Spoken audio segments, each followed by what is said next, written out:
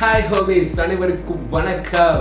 இந்த வீடியோ வந்துட்டு ரொம்ப குயிக் அண்ட் ஷார்ட் வீடியோவாக இருக்க போது. ஏன்னா I want to convey something. So அதனால தான் இந்த வீடியோவை நான் எடுக்கிறேன். இன்னைக்கு ஆர்சிபி ஃபேன்ஸுக்கு ஒரு பயங்கர செலிப்ரேஷனான டே, பயங்கர எமோஷனலான டே. ஏன்னா 17 இயர்ஸாக ஒரு டீமுக்கு சப்போர்ட் பண்ணி அந்த டீம் ஒரு தடவையும் சோக் பண்ணி இன்னைக்கு 18th இயரில் ஃபைனலாக ட்ராஃபியை வின் பண்ணிட்டாங்க. சூப்பரான விஷயம். அவங்க ஃபேன்ஸுக்கு பயங்கரமான கொண்டாட்டமான நாள், இது எந்த டவுட்டுமே கிடையாது. பட் டியர் ஆர்சிபி ஃபேன்ஸ், உங்களோட எய்மு கப்பு.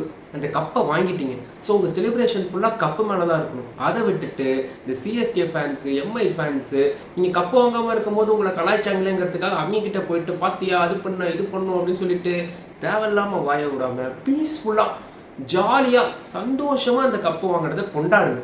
உங்களை அது யாருமே தடுக்க மாட்டாங்க. இவ்வளோ தூரம் வந்துட்டு ஒரு டீம் மேலே ஹேட் ஸ்ப்ரெட் ஆனதுக்கு காரணம், இப்போது ஐபிஎல்ல 10 டீம் இருக்குது. வேணும் அது 2 டீம் கூட இப்போ புதுசாக தான் வந்திருக்கு.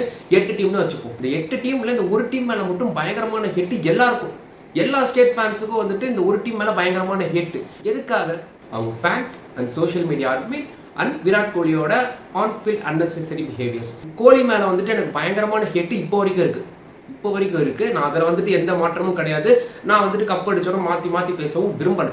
விராட் கோலி ஆன்ஃபீல்டில் பண்ணுற நிறையா விஷயங்களில் எனக்கு உடன்பாடு கிடையாது. அதனால் நான் விராட் கோலி ஹேட்டராக தான் நான் வந்துட்டு போர்ட்ரேட் ஆகிருக்கேன். அதில் எந்த விதமான மாற்றமும் கிடையாது. பட் இன்றைக்கி விராட் கோலியோட அவர் அந்த ஒரு எமோஷனல் சைடை காட்டும்போது அது அப்படியே தெரிஞ்சுது வெளிப்படையாக. 17 வருஷமாக இதுக்காக தான் காத்துட்டு இருந்தோம். ஒரு தடவை மிஸ் ஆகி இன்னைக்கு 18th இயரில் கப் அடிச்சிருக்காங்க. ஜாலியாக கொண்டாடுங்க. நான் இப்போ இன்ஸ்டா டிஎம்ல திறந்தால் கூட கண்டிப்பாக வந்துடுவானுங்க.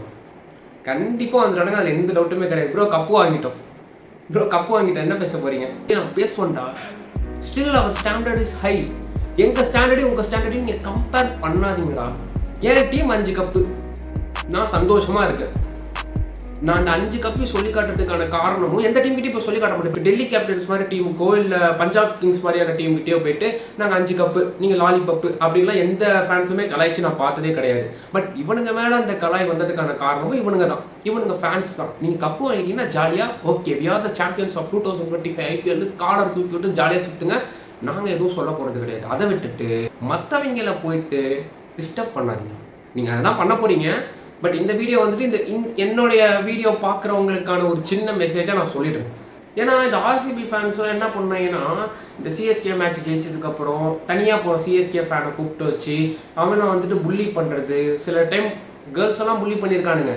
ஸோ இந்த மாதிரி வந்துட்டு புல்லிங்கான ஃபேன்ஸ்லாம் இந்த ஃப்ரான்ச்சைஸிக்கு இருக்கானுங்க.